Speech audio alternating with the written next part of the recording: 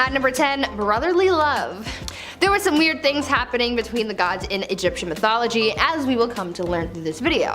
To get us started on this journey through the strangest of stories, let's talk about some serious closeness between the gods Osiris and Isis. These two gods were husband and wife, but they were also brother and sister. Yeah, it's weird, but they were gods, so I guess it was fine. These two ruled Egypt until their other brother Seth killed Osiris. When her husband died, Isis went on a search to find Osiris's body because she just really wanted to have a child with him and just wasn't gonna let pesky old death get in her way. When she found Osiris's remains, she was able to resurrect him for long enough for them to conceive a child. However, that process was a little difficult because she wasn't able to get the most important part of him for that because a fish had apparently eaten his member. Again, Isis was a very resilient woman, and quite crafty too because she just crafted him a new device, if you will, and they went on to produce a son, Horus, who would later become the new king of Egypt. This story is a little weird, don't get me wrong, but it's also a story of perseverance, I guess, so maybe it's not all bad. At number 9, trophies. I know a lot of people like to save little mementos and souvenirs from things that meant a lot to them in life. People save movie stubs from their first date with someone, little objects from their childhoods, and a whole collection of other things saved from different points of their lives. There was an Egyptian god who sort of did the same thing, but a little creepier. Well, actually it was a lot creepier. The god Anubis was the god of mummification, and I guess you could say that he just really liked his job. He was part of the embalming process for some big names like Osiris. See, tying it back to the previous story when the god Seth killed his brother Osiris, he got pretty buddy-buddy with Anubis because he offered Osiris's organs to the god of mummification. But not for Anubis, since he was known to collect pieces of the remains of people that he had embalmed. He had a thing for limbs and other remains, I guess. It was a weird collection to have, that's for sure, but for the god of mummification, it almost seems fitting. At number 8, the last snack. For the Egyptians, a person's burial and their soul's final journey was a very big deal. We are probably all familiar with the mummification practices of the ancient Egyptians and all that, but what comes after was also pretty interesting. When someone died, it was believed that their soul would then move on to be judged. The soul would leave their body and go to the underworld searching for the Hall of Truth. Once they found it, they would then be judged on who they were in their life, and if they passed the test, then they got to go to paradise. But if they failed, then they became a nice little snack for the goddess Ammit. Ammit was known as a demon goddess and dubbed the devourer of Amenti. When the deceased was tested and their heart was weighed against a feather, if they failed that test, then Ammit would eat the person's essence and they would vanish for eternity. Obviously you wouldn't want that to happen, so I guess this was just an incentive for Egyptians to live life as a good person. At number 7, down the Nile. Now I know that I've mentioned the story of Seth and Osiris a couple times now, but their story is just so messed up and weird that I have to keep including the best parts of it. Anyways, we all know that Seth overthrew his brother Osiris as the king of Egypt, and did so by killing him, but let's talk about exactly how that happened. Seth was a really jealous guy, and he resented his brother for being king, so he devised a plan to trick his brother into a coffin. Seth had a coffin designed exactly for Osiris's measurements, and while at a party, Seth challenged Osiris to get in it, as he promised that he would give the coffin as a gift to anyone who could fit inside it. So yeah, it was rigged from the start. So Osiris gets inside, and obviously it was a perfect fit. What he didn't know though was that this was where he would remain forever because Seth sealed his brother in the coffin and sent it down the Nile River. After that, Osiris's wife/sister Isis went to go find him and blah blah blah, we already know what happens next. At number 6, Lady of Plagues. Guys, if you haven't already clued in, we're still in a panorama, a panzerati, a pandemic. It seems like it'll never end, and after learning about the Egyptian goddess Sekhmet, I think I know why we're all going through this. It's because someone pissed her off big time. Sekhmet was known as the Lady of Terror, and if you don't get a good sense as to who she was just by her name, just you wait. This goddess had the ability to spread pestilence and plague against anyone who remotely angered her. So judging by that, I think if you believe in this kind of thing, someone has some serious apologizing to do. Because of this insane power, Egyptians were brought up to know that they had to stay on Sekhmet's good side, otherwise it would be risking the health and safety of themselves and those around them. So this is a PSA to whoever made Sekhmet so mad. Please go apologize. Buy her some flowers. Make a sacrifice or two if you have to. Please just make her stop. It's literally my birthday today and all I want to do is live out my 20s in peace. Please, just do it for me. At number 5, kitty love. We all know that the Egyptians loved cats. Why? I don't know. I honestly can't see why you would worship those angry little fur devils, but hey, to each their own, I guess. The Egyptians even had their own goddess for cats called Bastet, and though you might think that she was just some crazy cat lady goddess, you would be very, very wrong. Bastet had a dark side to her and was known as the Lady of Dread or the Lady of Slaughter. Kind of fitting for a name for a cat goddess since they are also evil to their core. She was known to kill other gods like the god Apep, whom she slaughtered by cutting off his head. Regardless of her dark past though, the Egyptians still worshipped her and many even worshipped her by bringing her offerings of mummified cats to her temple. Cats bring out the darkness in people, I'm telling you. At number 4, boozy blood. Sometimes we make bad decisions when we're emotional. Like those times that people punch walls when they're really mad and totally regret it afterwards. Well, even though they were deities, sometimes the Egyptian gods would do some regrettable things too. Ra, the sun god, had a mighty temper and was known to make some pretty rash decisions. At one point, Ra decided that he wanted everyone to just die, and so he instructed his daughter Hathor to slaughter all the humans that she could find. Hathor was totally on the same page and was like, okay, bet, and went off to kill some humans. Luckily for humanity though, Ra came to his senses and had a change of heart, but by the time he caught up to Hathor, she became so bloodthirsty that there was no stopping her. So in an attempt to trick her into stopping her killing conquest, Ra filled 7,000 jars with beer and gave it to Hathor, who then became so drunk that she just gave up on her mission and decided not to kill everyone. Now they say that alcohol can't solve all your problems, but in this case it certainly did.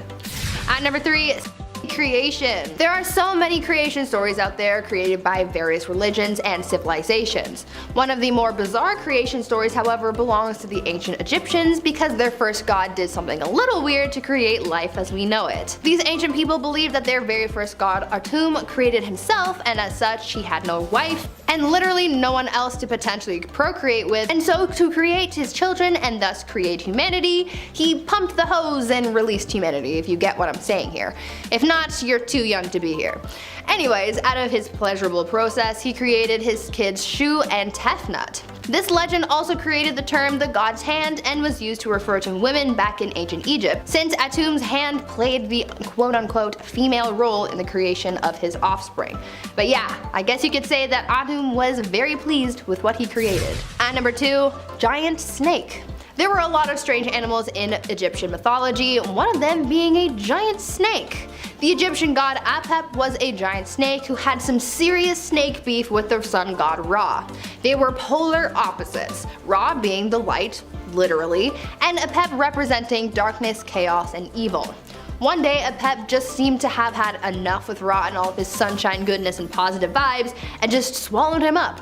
He gobbled up Ra and the sun, leaving the world in complete darkness. Luckily, the other gods were there to save the day and they had to slice Apep's belly open to free Ra and restore light to the world.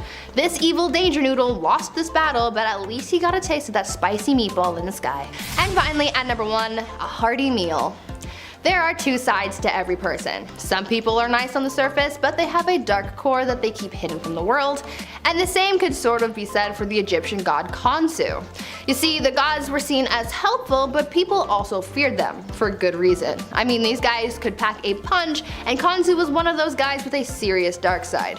Khonsu was the god of the moon, and was also seen as the god of healing. Sounds super positive and all, however, he was also known to eat people's hearts. Yeah, human hearts were a choice snack of his, but he was also known to dine on the hearts of select gods as well.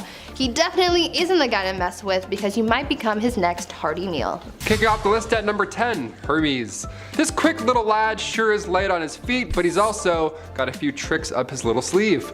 He's not an innocent guy. He's known as the messenger because, you know, he's that fast and all. He's fast as boy. Hermes is the son of Zeus and Maya, and as far as parents go, that's not bad. That's pretty good. Pretty good cards dealt in that scenario. He was destined for greatness with his speed and agility. Poems and plays remember the mythical man as quick physically, but he was also quick with his decisions. He could change his mind in the blink of an eye. You can't keep up with him, really, in any sense.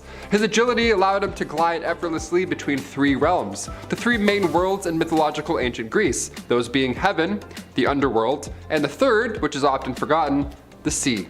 He was a messenger of the gods, but he was also a hashtag prankster. Yeah, classic. When he was just an infant god, he hopped out of his crib and stole cattle. Scandalous gods in history? Yeah, Hermes stole somebody's cattle. TMZ would eat this speedster alive if it was today. Number 9, Odin. In every story and every myth, book, movie, there has to be a big bad guy. And for Norse gods in mythology, that's Odin. It's Big Daddy, and he's here to cause some scandal. He was the king of the gods and a father to many more. We could probably make a whole list on him, but Taylor and I do have to go home at some point. Looking at his track record, it can leave you with mixed feelings. Not Taylor, I meant Odin. Taylor's a good guy. He's never been a criminal. Sorry, Taylor. He created this and that. He gave life to many, but he also took it away, unalived, imprisoned, and tormented, and a whole list of things that would have the YouTube gods upset. And let me tell you guys, those are some of the gods you really don't want to upset. You don't want them on your bad side. Number 8, Aphrodite. The Greek goddess of love and beauty. Oh boy. Cover your eyes for this one, Big Ched. You don't want to see any of this. Yeah, this is dirty. This is dirty stuff. Hit that thumbs up for Aphrodite. The dirty one. Aphros translates to foam, and Hesiod's Theogony tells us that Aphrodite was born from the white foams of heaven. Nice. I was born in Ajax. At first, Aphrodite was worshipped as a goddess of the sea, but in Sparta she was seen as the goddess of war. Yeah, the goddess had around 17 children with 7 different men. And by men, I mean Olympian gods. Yeah, I'm just grabbing coffee with my ex, Poseidon. Relax, Trevor, it's fine. We're just friends. Aphrodite was one of the 3 contestants in winning the Golden Apple. The Golden Apple was given to the most beautiful goddess at the time, and it was between her, Hera, and Athena. It was a tough one. Aphrodite promised the then Prince of Troy, Paris, that if she was chosen, she would give him Helen, the most beautiful woman in all of Greece. Yes, here's your new wife. How does that sound? Great. And then the Trojan War happened, so scandalous? Yeah, sorry. Can I stop covering my eyes now, Taylor? I want to see now. She's gone now. She's gone? Okay, she's gone now. Whoa, that's better. Oh, don't want to see anything, too inappropriate. Number 7, Prometheus. Oh, wise and mighty Prometheus, what knowledge do you bring us humble people today? Fire! Fire good. The god that gave us fire. Let's be real about this. We needed fire. It's a big one. The same way I need McDonald's in my life. I love the clown's hamburgers. Love you. Trouble is, for Prometheus, he was told by Zeus that we couldn't have fire. He was gatekeeping it. Toxic, right? I know. So Prometheus disobeyed him and gave it to us anyway. Imagine all the slouvaki the Greeks made after that. Oh, yummy. Zeus being Zeus was pretty cheesed about the whole thing, so he sentenced poor Prometheus to an eternity of suffering. A large eagle would come by every day and just take a chunk out of him the same way liposuction makes celebrities look 20 again. It's one thing to disobey dad, but to disobey the king of kings? Buddy, you're gonna be grounded. Number 6, Ares. So now that we know who Aphrodite is a little bit, this next one has some juice to it. Time to really spill this tea, this cosmic tea. When Aphrodite married Hephaestus, the god of fire, it sounds like a spicy romance at first, but it was really just an arranged one. Not much love to it, the classic. Well, truth be told, she really had her eyes the whole time on the god of war, Ares. I mean, to be fair, hard not to. He's the god of war, aka the spirit of battle. She was a big fan of warfare, she wanted a bad boy, so Aphrodite was like, hey, we should have an affair with our counterparts over here. And Aphrodite and Ares hooked up in Hephaestus' bed. How rude is that? I mean, to be fair though, he's the god of fire. That's probably a nice bed. Definitely beats a water bed, that's for sure. Yeah, should we go to Poseidon's fishy bunk bed or this one? Number 5, Baron Samedi. Okay, this one is a throwback to my gamer audience. Remember in GoldenEye, Nintendo 64, after beating the game, you got to unlock those 2 bonus levels? Remember the Egyptian level? And the dude that won't die no matter how much you sling his way? Don't forget the evil cackle too. He's always laughing, that guy, isn't he? Well, who is that? It always creeped me out. Well, besides being a cool Bond villain, it's actually a Haitian god or voodoo spirit. Baron Samedi. He's a spirit of mischief, death, up to no goodness, and has a fondness for rum and tobacco. That's kind of cool. He ain't all bad though. It's said that he can cure any disease or ailment of any mortal should he want to. Kind of like the anti-hero of the gods. Pretty cool.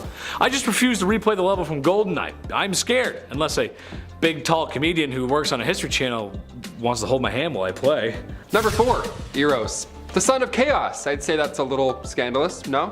In Greek mythology, Eros was the god of love and or this guy has got it all. You may have heard about his Roman counterpart. She comes around every February with a bow and arrow and doinks you right in your butt. Makes us fall in love with our, friends, co-workers, I don't know. That's right, Cupid and Eros. They were a nice couple. Don't mind the plastic couch coverings. Come on in, take your shoes off, stay a while. We're a weird household. In early historical references, Eros is a primordial god, but more recently he's considered one of Ares and Aphrodite's children, part of the winged love gods. Yeah, the winged love gods, what a crew that is. Imagine them showing up on America's Best Dance Crew. The Jabberwockies would be so screwed. Just float in. Around 700 BC, ancient Greek source Hesiod's Theogony, I mentioned that earlier, he also mentioned Eros as the 4th god ever to exist. First there is chaos, and then the earth, Gaia, then Tartarus, the abyss, and then our boy, Eros. In 400 BC, however, Parmenides, another philosopher, says Eros was the 1st god. Either way, I'm excited to see Harry Styles play Marvel's version of Eros. When it comes to love and sex, I'd say they nailed the casting. I don't know, just saying. What? What's up? Number 3. Shinigami. If you thought I was going to talk about Japanese Shinigamis and evil gods from the hit anime series, then you clearly don't know Chetty. I'll give you the facts first. Basically, they are evil gods, spirits from those who have passed on, except they're just down bad, dude. Their intentions are completely dishonorable. They like to possess the living and make them do heinous things. A lot of times, sadly, it's to unalive someone. Kind of like Peter Pan's shadow, but instead of harmless mischief, it's folks not waking up in the morning, if you know what I'm saying. And of course, where do I get my fix for Shinigamis? But from that one really popular anime about young people who really are emotional and being possessed by Shinigamis. Oh man, talk about scandal and drama. Huh. Number 2, Loki. The god of mischief? Why, of course we had to sneak in this little devil. We've seen variations of Loki on film, really. Tom Hiddleston does a great job in the Marvel Cinematic Universe, but just how accurate is he to the real god of mischief? Well, Loki in Old Norse translates to close, but you don't want this one anywhere near you. Loki was known to cheat those around him, so often that his mouth had to be stitched shut. I mentioned the underworld earlier when I was talking about Hermes the messenger. Well, Loki is the father of Hell, ruler of the land of the dead, the underworld. In our last collab, we mentioned why it's important to keep your pets on a leash and all. Well, Loki is the proud father of Fenrir, the massive wolf demon that historically was prophesized to eat Odin during Ragnarok. So, yeah, a little scandalous, I'd say. Number 1, Kratos. The real Kratos, in some depictions, is the one who ordered poor Prometheus to be chained up, or does it himself, which is bad. That's not cool. Chaining a dude up so that a big bird can eat his insides is a little crazy. It's a little scandalous too, but I'm gonna throw in the Kratos that most of us know today. Okay, yeah, it's a bit of a stretch, I know, I hear you. I think a lot of you will agree with me that they took lame chains up Prometheus Kratos and turned him into the remorseful, bloodthirsty god with son issues. Kratos. He's got a decent story arc though, that's pretty cool though, right? Plus, the games are a lot of fun. The Kratos we love and know had left the world of Greek gods and after pretty much destroying them all, made it to Norse land. That's right, crossing mythology. That's pretty scandalous. Taylor agrees. How much more scandalous can you get? That's like celebrities when they try to reinvent themselves. Sure, Robert Downey Jr. is Iron Man, and he's great, but some folks from a few years ago might remember his past. You can't hide from that, Greek god or not. Number 10, Aphrodite and Lemnos. Kicking off this list, we have some pretty tame punishments. Definitely cruel to say the least, but more on the non-lethal side of things, as gods' sakes go. Apparently the gods love to be praised. Yeah, they're awesome. But sometimes they do some foul stuff. The goddess of beauty herself, Aphrodite, gets pretty pissed when she's not obsessed over. And the women of the Isle of Lemnos were kinda slacking on the prayer department. So she cursed the people of the island with a foul smell. I mean, that's pretty mean. Everybody stinks sometimes in life, it's life. Little Musk never hurt anybody. But apparently the stink was so bad, all their partners left them and they were quite upset. Bruh. Which I can understand. It was probably just the equivalent to like the Great Stink in Europe, Bodies and carcasses on a hot grease day just heating up the water and stinking it up. But nope, now it's a curse. Poor women of Lemnos probably get that rep for a while, you know? Stereotypes, they're brutal. I don't like them. Also, little salt water under the armpits. Boom, easy fix. Number 9, Demeter and Asclepius. Demeter, goddess of harvest and agriculture, and her hatred for a certain mortal man. A king, actually. Demeter apparently was out looking for her abducted daughter Persephone and was thirsty from running around. Naturally, she found a cottage owned by a little old lady named Hecuba, asking to wet her whistle, and started drinking some barley juice. Thirsty as all Poseidon, she was chugging from all the running around. The son of the woman, just a little kid, basically was like, "Thirsty much?" Yeah, you don't mock a god, little man. She threw her drink in his face and turned him immediately into a spotted newt. You're done. You're done. Okay, couple things here. Little excessive, I think. I mean, what do I know? I guess you shouldn't talk shit, kid, you know? Talk shit, get turned into a newt. That's the saying, isn't it? Number 8, Demeter and Erysichthon. Erysichthon of Thessaly ordered all of the trees of the sacred grove of Demeter to be cut down. Yeah, that's a big mistake right there. Industrial logging. One huge oak was covered with beautiful wreaths, a symbol of every prayer Demeter had ever granted, and so the men refused to cut it down. Every other one, of course, yeah, let's go get that rustic log cabin look. Erysichthon needed more wood, so he himself grabbed an axe and went out and cut down that last tree. He was cursed by a nymph, naturally, whose prayer had been heard by Demeter herself. Long story short, she was like, "You want to build and eat? No problem." Gave him the munchies of a lifetime. Non-stop hunger. And insatiable hunger. Guy ate everything in sight. He was so hungry, Guy started eating himself. Yeah, all of him. Look, I've been hungry and picked something off the floor, 5-second rule, no problem. But I've never garlic and buttered my own fingers. But greed is greed, firm but fair. Number 7, Sisyphus and Hades. Sisyphus was the first king of Ephra. A cruel king. He killed guests and travelers in his palace, which was a violation of guest obligations, which fell under Zeus's domain, thus angering him. He took pleasure in these killings because they allowed him to maintain his iron fist rule. Zeus was really pissed, yeah. This guy was cocky, and he punished him for cheating death twice. But his younger brother, Hades, caught wind of this and was like, no. As a punishment for this trickery, Hades made Sisyphus roll a huge boulder endlessly up a steep hill, forever. Yeah, he was like, no, Zeus, I got this one. Brothers helping brothers. Hades then displayed his own cleverness by enchanting the boulder to rolling away from Sisyphus right before he reached the top, resulting in an eternity of getting jacked quads and hammies, and an eternity of uselessly, effortlessly, and unending frustration. Yeah, that's really annoying. Number 6. Hera and Io. Okay, so we're moving away from kind of firm but fair and non-lethals to a little bit more and more cruel. Io was a beautiful woman to whom Zeus fell in love with, a married man. Ugh. Io was the daughter of Inachus, one of the river gods and king of Argos. She was living in Argos when Hera learned about this secret relationship, and she was a little hurt. I mean, who wouldn't be? Stewing in her sinister revenge, Hera turned Io into a cow to keep her away from her husband. You know, pretty non-lethal. Very mean, but, you know, fair. After being cheated on again by the same woman, she was like, alright, I guess that didn't work, and Hera was like, I'm done.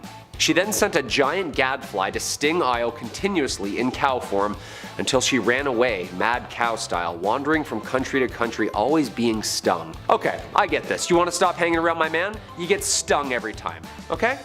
Yeah. Bye-bye. Number 5. Hera and Heracles. Bless my soul, Herc was on a roll, and Hera, the queen of gods, was extremely jealous of that. All those other women in her husband's life. Zeus's consorts, and Hera hated the kids that came along with the adultery. One of them being, of course, Heracles, who puts the glad in gladiator, Hercules. Yeah, that's the same dude. I was a 90s kid. As the story goes, Hera caused Hercules so much trouble that he was actually driven mad on one occasion. According to Homer, just before Hercules was born, Zeus announced a prophecy that would make Hercules the ruler of the heavens in his place when the time came. Hera didn't like that so much. She kind of pushed the birth thing a little bit. Hera also made Herc crazy. Little bit of roid rage, you know? In a blind rage one night, he kills his wife and son under the rage spell of Hera. Part of this punishment was that the insanity was just temporary, so when he came to and realized that he John Wicked everyone, Yeah, she had won. In sadness, he smashed about 12 labors and got himself back on track. Talk about zero to hero. Number 4. Arachne and Athena. Okay, so a little hex here, little labors there. The wrath of the gods is pretty tame so far. Well, was. And then there's the story of Arachne. Ovid recounts the very talented mortal Arachne, daughter of Idmon, challenged Athena, goddess of wisdom and crafts, to a weaving contest. Yeah, you don't challenge the goats to what make them great, you know? When Athena could find no flaws or errors in the tapestry, she was pretty pissed. When Athena saw that Arachne had not only insulted the gods in what she had drawn, but done so with a work far more beautiful than Athena's own art, she was enraged. She ripped Arachne's work to shreds, and terrified of what comes next, Arachne took her own life. Athena brought her back to life, cursing her after a little sprinkle of Hecate's herb, an ancient poison. Arachne's hair started falling out, and then her nose fell off, and then her fingers, as her whole body started slowly turning into a giant spider. And this is apparently now why we have spiders. Yeah, thanks to this epic weave-off. Number 3. Hera and Lamia. Lamia was a beautiful Libyan queen, and enter Zeus stage right. Of course, loved by Zeus. Yeah, basically through no fault of her own, she got the wrath of Hera upon herself. This dude's commitment skills leads these people to get in a line of fire with some nasty curses. Hera cursed this lady hard. Every time she gave birth to a child, Hera either murdered it or made her eat it, regardless if it was Zeus's or not. Hera was like, nah, never again, now eat it. All of them. Even babies that weren't hers. Basically every night Lamia would ravenously make her way village to village eating mothers' babies. That's horrible. She swore to bereave all mothers of their children just as she had been once by Hera. Trying to help, of course, Zeus gave her removable eyes so that she was blind but harmless in the day, but after she popped those bad boys in, feeding time. Hera's mean, man. Number 2. Poseidon and Pasiphae. Okay, so we're getting a little bit more into like disturbing graphic land with some of the more cruel things here. What started out as a rumor that some people were kind of smelly is turning into like eternities of pain and suffering and stuff. Pasiphae was a queen of Crete and often regarded as the goddess of witchcraft and sorcery. The daughter of Helios and the ocean nymph Perse, Pasiphae is notable as the mother of the Minotaur. You'll see why. She conceived the Minotaur after mating with the Cretan bull. Minos was required to sacrifice the fairest bull to Poseidon each year. One year, Minos, king, refused to sacrifice his most beautiful strong bull and sacrificed an inferior weak bull instead. Dude, don't with the gods. As punishment, of course, Poseidon then cursed his wife Pasiphae to fall head over heels obsession lust for this beautiful giant prized bull. And many months later, Pasiphae gave birth to a half-human, half-bull creature famously known as the Minotaur. The curse was sent out as a reminder to her husband Minos, quality over quantity kind of deal. That's heartbreaking. For her, of course. Her husband's cheap, so she has to birth a bull. It's not really fair, I'd say. And coming in at number 1, Prometheus and Zeus. And our number 1 spot, of course, must go to the god of gods himself. He can be pretty shady. Cheating on all his lovers, fighting with his old man and his kids. He's a little unpredictable at times. This one, ramping up the cruelty, we have Prometheus. He was our guy. This demigod loved us and stole fire for us. He fought on our behalf. He led the Titans into a trap, securing power amongst the gods again. He was everybody's friend. Besides Zeus. Yeah, Zeus didn't like the tricks and the new plans and all the attention he was getting. So Zeus punished Prometheus by chaining the Titan god to a rock with the might of Zeus himself. And then, worst part of course, having an eagle day in and day out just eat his insides out. Basically just slowly eating him for eternity. He would heal overnight, but then come the AM, breakfast again for eternity. Okay, so a little humanity never hurt anybody except for poor Prometheus. Thank you for the wonderful campfires. We now have s'mores, they taste great. But Hercules is coming, buddy. He's gonna come save you. I've seen the last chapter, no spoilers alert. Starting off at our number 10 spot, we have Hades. Hades is the king of the underworld and the god of the dead, and I'm not sure if it gets any darker than that. It was believed that just by speaking his name, he would have the power to bring you to the underworld, so people tried to avoid his name like it was Voldemort. Hades was sure to never let any souls that entered the underworld escape, and he would punish anyone who tried, or anyone who tried to save someone in the the underworld. One of his darkest myths is in reference to the time he kidnapped Persephone. He opened up the earth where she was picking flowers and he kept her in the underworld. Persephone's mother, Demeter, was of course really unhappy about this and did everything she could to get her back. Hades finally agrees to let her go, but of course there's always a twist with these guys. He gives her a little pomegranate seed as a parting gift, which she eats. Little does she know, if you eat food from the underworld, it binds you to it, so now she is bound to Hades, and basically the story ends off with her being allowed to live a few months of the year on Earth, but the rest of the time she is stuck in the underworld. So yeah, Hades is just out there kidnapping people, which is just really super uncool. In our number 9 spot today we have Loki. Loki is a Nordic god and he is quite the little trickster, as he basically deceived his way into becoming a deity. Basically there is a place called Asgard, and when that was being built by Odin, who is the king of gods, Loki came and offered to help out with the build. To make a long story short, basically there was a giant helping with the build and Loki made a special deal with him. If the giant finished the build by a certain time, he would be owed the sun, the moon, and the goddess Freya. Odin obviously didn't want to give these things over, but Loki assured him that the giant wouldn't be able to complete the build by that day. What Loki didn't know is that the giant had a stallion who was helping him, and he was on track to finish the build and win this deal. That's when Loki decided to transform himself into a mare. In mare form, he went over and wooed this stallion and led him off into the woods. In the woods, one thing led to another, you know, and Loki, in mare form, ended up pregnant. After this, he gave birth to an 8-legged spider horse for some reason that I do not know, and then he gave this weird baby spider horse to Odin as a gift, and apparently that is how he became a god, but also this led to the giant being killed by Thor, so the story is both weird and very messed up. In our number 8 spot today we have Huitzilopochtli. Huitzilopochtli is a god in the Aztec religion, and he is the god of the sun, but also of war and human sacrifice. His origin story is a pretty wild one. So his mother is Coatlicue, and she is very important. She already had other fully grown children when she was impregnated with him.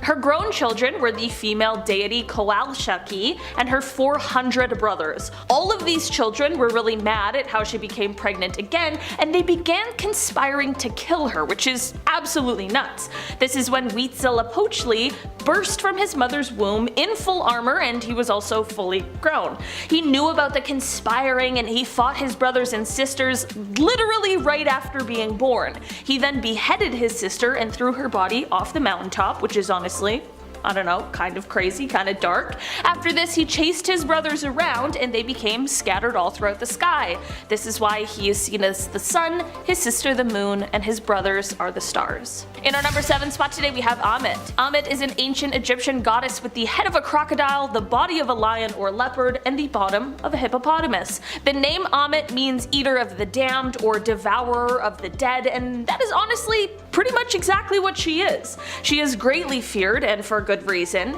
She lives near the scales of justice in Duat, which is the Egyptian underworld. This is where she does her work. After a person dies, their heart is weighed on the scales against the feather of truth. If the heart was light enough, the person would be allowed to pass to the afterlife, but Ammit is always waiting for those whose hearts are heavy. If a person's heart was too heavy and unbalanced the scale, then Ammit would eat the heart and they would be denied entry to the afterlife. It is said that the souls of those who were denied were destined to be restless forever. In our number 6 spot today we have Apollo. Apollo is the Greek god who is the son of Zeus, and at a first glance he seems like a pretty likable guy, but he's done some extremely questionable things. You know what they say, like father like son, and in the case of Apollo that is pretty accurate considering he has quite a temper. Apollo has been known to punish people with illness and plague, which is very dark. During the Trojan War, Apollo shot arrows that had been infected with the plague into a Greek camp. There's also another story about him where he was rejected by Cassandra, who was the daughter of King Priam and Queen Hecuba of Troy, so he decided to punish her. He gave her the ability to see the future, but only the tragedies that the future holds. And the worst part, if she told anyone, no one would believe her. In our number 5 spot today we have Bearstuk. Bearstuk is a Wendish evil god of the forest, and he is known for his trickery. He is often described as being half man and half goat, but there are some sources which claim claim he is actually a shadow and doesn't have a human form at all, and instead is more of a spirit of the woods. So here's what dark thing he's got going on. He likes to trick wanderers of the forest into getting lost. Yep, it's just literally a full-on nightmare. He hangs out in the dark depths of the forest waiting for the moment to strike. Once a wanderer stumbles across his path, he'll play tricks where he changes the path in the woods, or he'll whisper in their ears to frighten them like it's the Chamber of Secrets, or he'll lay branches in their way so they'll trip and fall. And he does this all simply because he enjoys the suffering of others. Many of the other gods on this list also do some good things, but I couldn't find any happy or nice stories about this one. In our number 4 spot today we have Izanami and Izanagi. This is kind of like a 2-for-1 deal because both of these people play a very big role in this story. Izanami no Mikoto comes to us from Japanese mythology, and her name means she who invites. She is the goddess of both creation and death, and she is the former wife of the god Izanagi no Mikoto. So it's a bit of a long story, but basically at one point she dies. That's really all you need to know about that. This of course upsets her husband, so he goes to the land of the dead to find her. Once he does, he can't quite see her because I guess the visibility isn't great in the underworld. He then goes to take her home with him, but she says she can't leave because she has already eaten the food of the underworld, which has made her one with the dead. It's a common theme, I guess, in different religions. Later, when she's sleeping, he takes a torch up to her face and sees that she is no longer beautiful, but has rotting flesh with maggots, like as if she's like a zombie. At this point he runs the heck away because she woke up and is now trying to chase him down with her gross zombie face. He ends up making it all the way to the entrance to the world of the dead, and he pushes a huge boulder in front of it that now separates the world of the dead from the world of the living, but it also sadly separates him from his wife. Of course, she is mad at everything that just happened, even though she was acting pretty weird and is also dead. So she swears that she will kill 1,000 living people every day because he left her there, and to this he replies that he will offer 1,500. I mean, can we blame him? In our number 3 spot today we have Pharaoh. Pharaoh comes from Maori mythology, and he is the lord of darkness and the embodiment of evil. He of course needs a home to match his dark persona, so he resides in the underworld. He is responsible for all illness of people, and some tribes believe that when people die, they descend into the underworld where Pharaoh eats them, and for each body he consumes, he gains more strength, and eventually he may grow powerful enough to break free from the underworld. If he is able to do this, then he will be able to come to the surface and devour everyone and everything. This is why the people who followed this mythology believe so strongly in cremation, because he cannot gain strength from ashes. Pharaoh lives in what is called the House of Death, and it is a dark, creepy cave that preserves all things evil like black magic and the personifications of illness and disease. I don't know about you guys, but personally I hope Pharaoh stays in his little cave safe and sound in the underworld because I don't want any part in whatever he's got going on. In our number 2 spot today we have Gweoda. Gweoda is a deity that comes from the Guanche mythology of Tenerife. He is actually the primary dark god in this mythology and plays a very integral role in the story. He is represented as a black dog and also always had other black dogs around him that were actually demons. According to the legend, he lived inside the Teta volcano as it was a gateway to the underworld. At some point he actually kidnapped Magek, who is the god of the sun, and shut them up in a volcano so as to throw the world into darkness. After humans prayed to their supreme god Achamen, he went and saved Magek and locked Gweoda up inside the volcano instead. I think it's safe to say that a god who steals the sun and locks it away definitely needs to be hidden inside of a volcano. For sure the best place for them. In our number 1 spot today we have Lamashtu. Lamashtu is a demon, monster, malevolent goddess or demigoddess who comes from Mesopotamian mythology, and she certainly is terrible.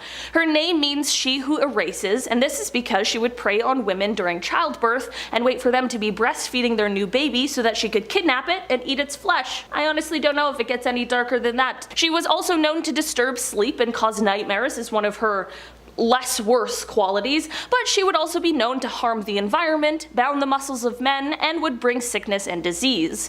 Mothers who were expecting children would wear an amulet that depicted her in order to protect their pregnancy from her. Some people would even leave offerings to keep her appeased, which would always be small feminine objects. Some women would even go as far as to summon Pazuzu, son of Hanbi, the demon god, in order to protect them from Lamashtu's evil, as Pazuzu was her one weakness. Pazuzu protected them either because because he felt bad for the expectant mothers, or because he simply just hated Lamashtu. Either way, at least he was there to help instead of harm. There were some cultures where Lamashtu was regarded as a guardian, but that definitely was not the case for all. Number 10. The founding of Tenochtitlan. The Aztecs have a very strict set of rules when it comes to the appeasement of their gods. Just like any job, if the worker isn't happy, work isn't going to be done, or at least it isn't going to be done well. So when a god needs a little encouragement, the Aztecs will appease them with offerings of the highest value: human lives. In many respects, this is pretty cool, but it certainly didn't make them popular with other neighboring civilizations. For years they were just shoved around until the god Huitzilopochtli told them that he would aid them in finding their new home. All the citizens had to do was just look for a very specific signal, which would determine the land that they would call home. The symbol was an eagle perched on top of a cactus holding a snake in its mouth. And while wandering, lo and behold, a priest saw the signal, and when the people gathered, the cactus expanded until it became an island, and that island was thus dubbed Tenochtitlan, or the place of the prickly pear cactus. Number 9. Huitzilopochtli and his siblings. When the earth goddess Coatlicue was gifted with a child through a ball of hummingbird feathers, which is commonly denoted as the soul of a warrior, her other children, namely Sentzon Huitznawa, the 400 stars of the southern sky, and Koyolatsaqui, the goddess of the moon, decided that having a little brother would be more trouble than it was worth. I'm an only child, but my best friends are twins, so I kinda get the picture. As the siblings conspired to kill their mother and brother, Huitzilopochtli burst forth from his mother's womb, armed with a burning snake sword, battle-ready and fully grown. I can only hope it was a C-section. He defended his mother from the 401 siblings, beheading his sister and throwing her body to the earth. Sentzon Huitzna fled, and the image is used to explain why the sun, moon, and stars are chasing each other across the sky. Number 8. Tezcatlipoca and Quetzalcoatl's rivalry. The Aztecs' understanding of the world implies that there have been 4 times prior to this one that the gods have attempted to make humanity, and 4 times that the world has ended. Was it some great threat that wiped humanity off the face of the earth? Well, not exactly. See, the brothers Tezcatlipoca and Quetzalcoatl didn't exactly get along. The first time that Tezcatlipoca ruled the world, Quetzalcoatl destroyed it and then became the ruler of the second world. The third world was destroyed by Tezcatlipoca, hitting Quetzalcoatl just a little bit too hard. They didn't really get along that great. Number 7. Xipe Totec. One of the coolest things that can come from looking through various cultures' religions is the way in which they represent similar concepts. There are gods of storms, gods of war, and all of these differences between these types of gods can indicate so much about a culture and their values. In the case of Xipe Totec, this was a god that was meant to represent agriculture and the seasons, and ritual flaying, apparently. Unlike the other gods of harvest, Xipe Totec was a bit more given to a grim disposition, wearing a flayed skin which was meant to symbolize the changing of seasons. There is a certain beauty to this, as everything in Aztec culture was connected to human life in one way or another. Xipe Totec's fashion habits are just deeply symbolic in a way that is, well, both rational and kind of metal. Number 6. How Quetzalcoatl made humanity for the 5th time. A lot of stories in the Aztec mythos vary in terms of their understanding of events. As a result, what caused the 4th end of the world and the birth of Quetzalcoatl is a little vague, but one story about the creation of the 5th world, our current world, is deeply fascinating. Apparently, Quetzalcoatl went to Mictlan, the underworld, and constructed the 5th humanity from the bones of the other 4, using his blood from wounds to his earlobes, calves, tongue, and YouTube-friendly appendage. Number 5. Tezcatlipoca's challenge. Aside from his brotherly rivalry, Tezcatlipoca was a bit of a mischievous little scamp.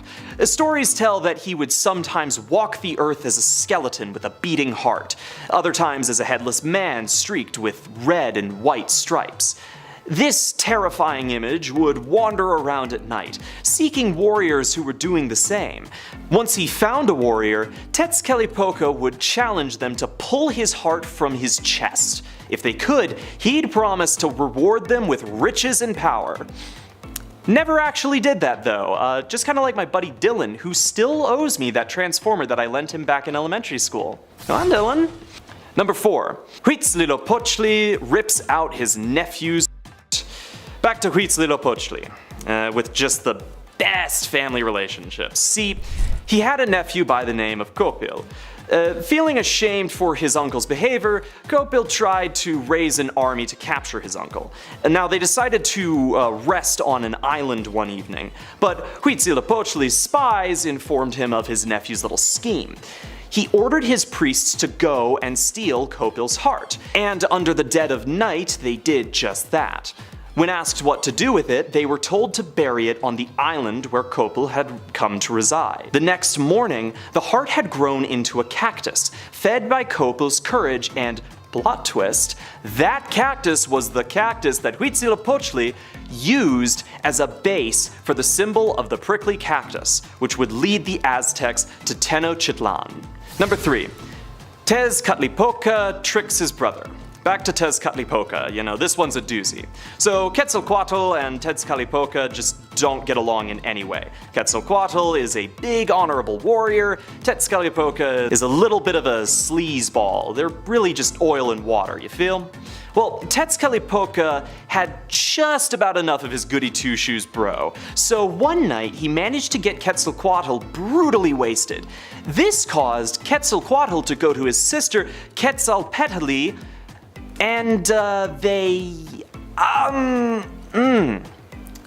Anyways, it wasn't great. Waking up the next day, Quetzalcoatl was so ashamed of his behavior that he just had to bolt. One story has him immolating himself on a pyre, his ashes floating into the sky and forming the morning star. The other one has him just kind of sailing away on a raft made out of snakes. Number 2. The heart-powered sun. I think we could all agree that the sun is pretty important. It's a nice little piece of astral stuff that, just keeps us all alive. In the creation of the fifth world, the gods decided that they were gonna have to make a new one, but they didn't exactly know how to do this. Holding a meeting, they decided that the best way to go about this would be to hold a contest. One of the weakest gods, Nanahuatzin, decided to compete. Painted white and covered in feathers, the dude yeeted himself into a fire with reckless abandon, where a black eagle caught him and carried him into the sky. This was pretty good until Nanahuatzin realized that he couldn't move. He explained that he'd need their blood and hearts to help him move across the sky. There was a bit of consternation, a few slung arrows, but the gods eventually acquiesced to his demands, which was how the modern day's sun came into being. Number 1. Tezcatlipoca's Dance of Death. One more Tezcatlipoca story, I promise. This dude's hilarious. So, our boy's just chillin', doing god stuff, when a bunch of townspeople tried to kill him. Why? Their plan didn't work, and so Tezcatlipoca decided to bring them down to the town center and challenge them to a dance to the beat of a song that he was singing. They obliged, and he kept them dancing, speeding up the beat and tempo until he danced them right off a cliff. Now, one of the interesting things about this is that there is actually a historical precedent for people dancing themselves to death in cases of mass hysteria, so this story might actually be truer than you'd think. Number 10, Clash of the Titans. An Avengers level threat, baby. The Titans were the big bad giants who ruled over the earth and the gods. Naturally, they all got along, and there were never any problems, ever. Yeah, right. They fought like cats and dogs, though I never understood that because all the dogs and cats I know always got along great.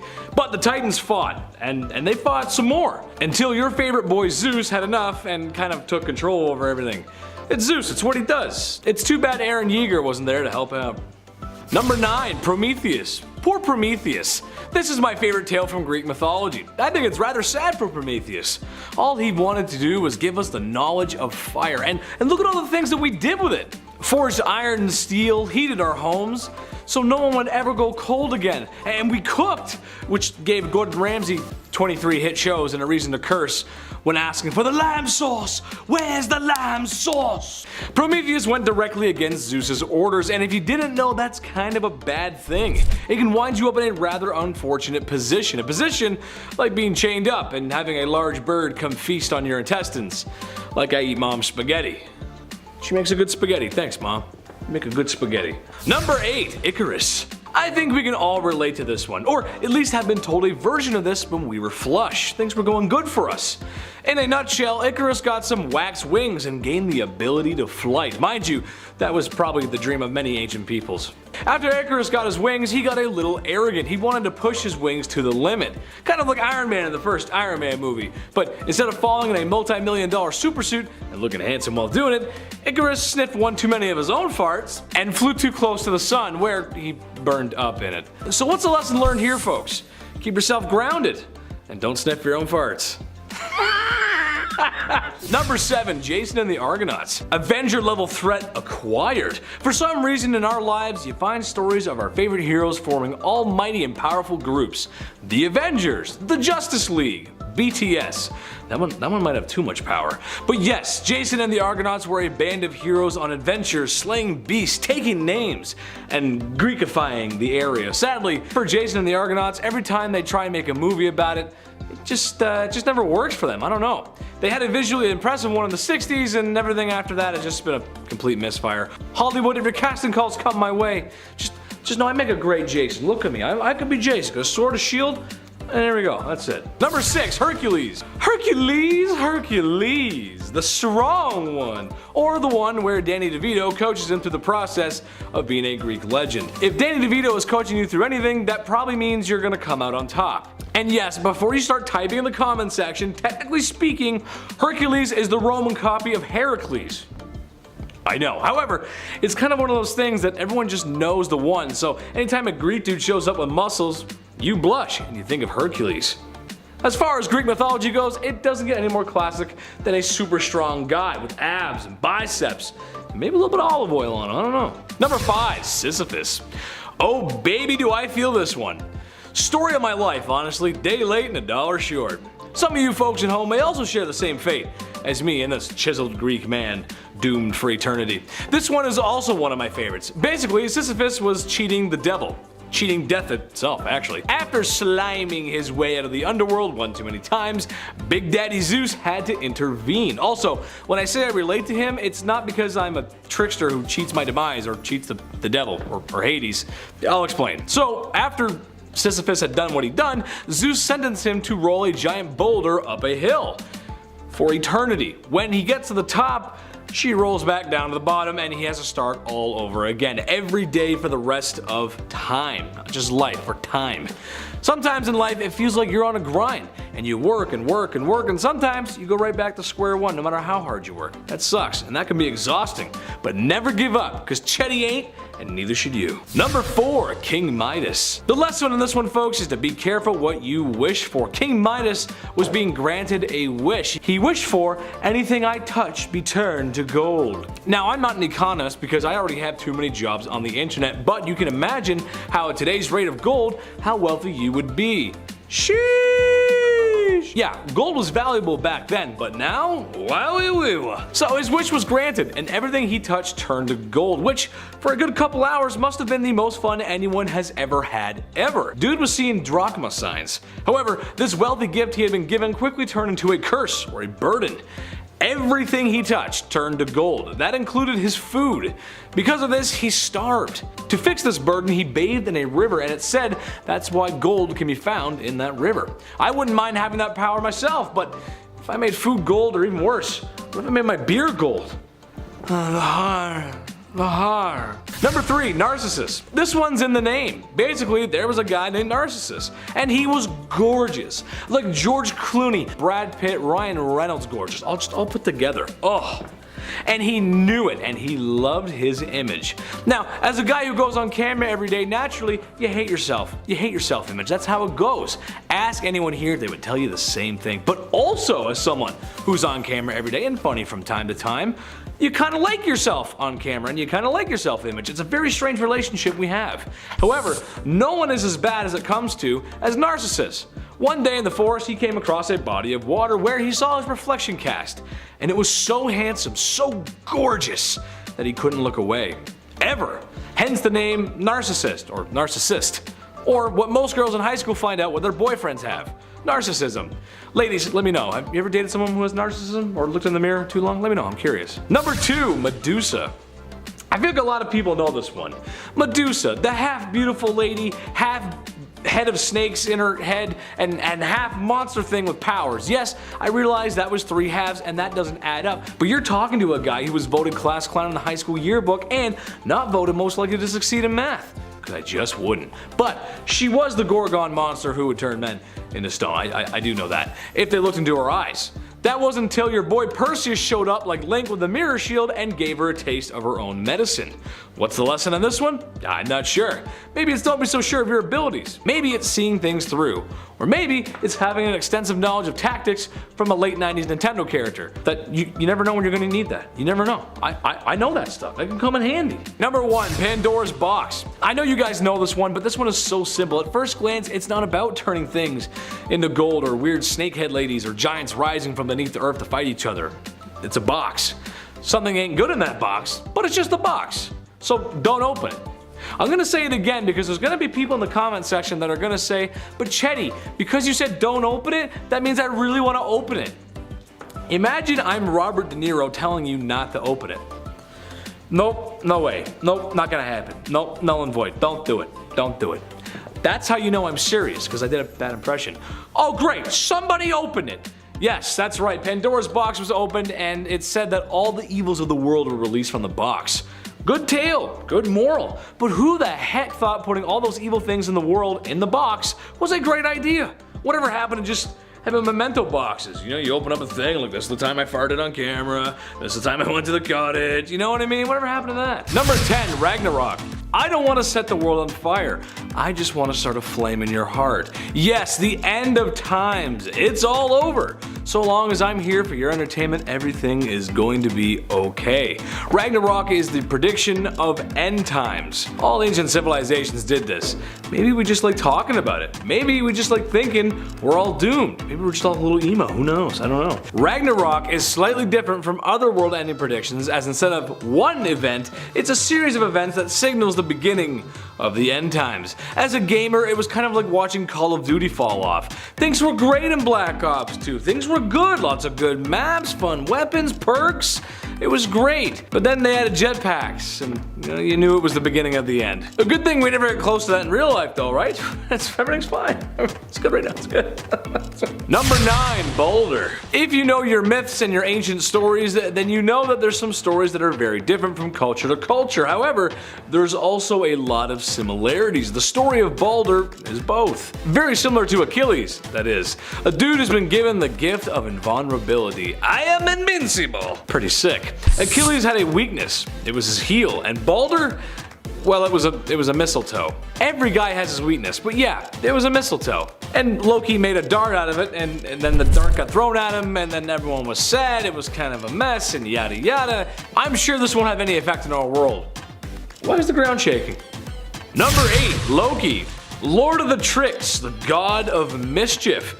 Everyone knows who Loki is, most likely due to some very successful superhero movies in the last few years. But the same may know him regardless, known for many tricks and evil deeds. His best trick, or whatever you want to call it, was his shape-shifting. Loki has the ability to transform into any creature and any gender. And for the people who don't have the ability to see through these tricks, it often leads to a lot of misfortune. Like previously mentioned with Balder. The dude was up to a lot of bad stuff. Bad stuff. Now he's a superhero, or supervillain actually. Number 7, Yggdrasil. Yggdrasil is the immense and central anchor that is the Norse worlds, surrounded by the 9 worlds, that is, where the gods often meet to talk about god stuff, which is really important, deliberating and all that fun stuff. The tree shares a connection with that of trees in Germanic paganism, culturally speaking, at least. I mean, come on, you can't blame them. There is something powerful about a large stoic tree that has connections and ties to all the realms. It's almost like they knew how important trees were all the way back then. Kind of needed them to breathe, and for a guy with asthma, that's that's pretty important. I gotta breathe. Do I go up a flight of stairs and I'm just I don't even smoke either. Number 6, Thor's hammer. Probably the most recognizable piece of Norse mythology is Thor's thick and heavy hammer. Yes, that was an innuendo. It's a big one. Loki had been getting up to no good, as per usual, no surprise there, and decided to play some more tricks. These tricks got him into some trouble, so he then thought he'd make it up by playing more tricks on the master smiths, the dwarves. Not really a good thought process there. A competition was put in place to see who could make the best gifts for the gods. After a lot of gold and a boat that could fit in your pocket, everyone else was kind of just feeling meh, nothing special. However, that was until the reveal of Thor's hammer, Mjolnir. Nice. That had the crowds oohing and awing. A hammer that would never shatter, always hit its mark, and return to Thor when thrown. Now that's a pretty good hammer. Number 5, Holder. Okay, picture this. You're walking through a forest in Norse mythology. Nice. Doing as you do. Boy, what a nice forest this is, you say to yourself. I sure am grateful for the Tree of Life and Odin and all that stuff I have because of the such nice things because I pray to them. Don't hurt me. When all of a sudden you spot a lady in the woods and hubba, she's gorgeous. She lures you in. She thinks you're handsome and doesn't care about your receding hairline, beer belly, and the big toenail that you should have got checked by a doctor months ago. I'm calling a lot of people out there. She wants you to marry her. Sounds too good to be true, right? Guys, come on, you know what I'm talking about. But you gotta be careful though, guys. You gotta be careful. Because if you saw her cow's tail before you married her, she keeps it. Or so the story goes. So yeah, they were ladies in the forest with cow tails. You had to marry them, and if you saw their tails before you were married, she'd have it for the rest of life. Makes sense. Sure. Number 4, elves. Elves, everyone loves elves, especially that movie, Elf. Everyone loves that one. It's like it became an instant Christmas classic. It's crazy. The population of elves seems to significantly increase when there's a fan expo in town. Go figure. Elves in Norse mythology represent a small divine figure, similar to the dwarves. They are creators of valuables and smithers, and had their strong place in mythology. And for some reason, when the elves were no longer needed in the land of Vikings and Mede, they went to go work for a fat man in a red coat in the North Pole. And before you even ask, yes, even Father Christmas has his roots in Norse mythology.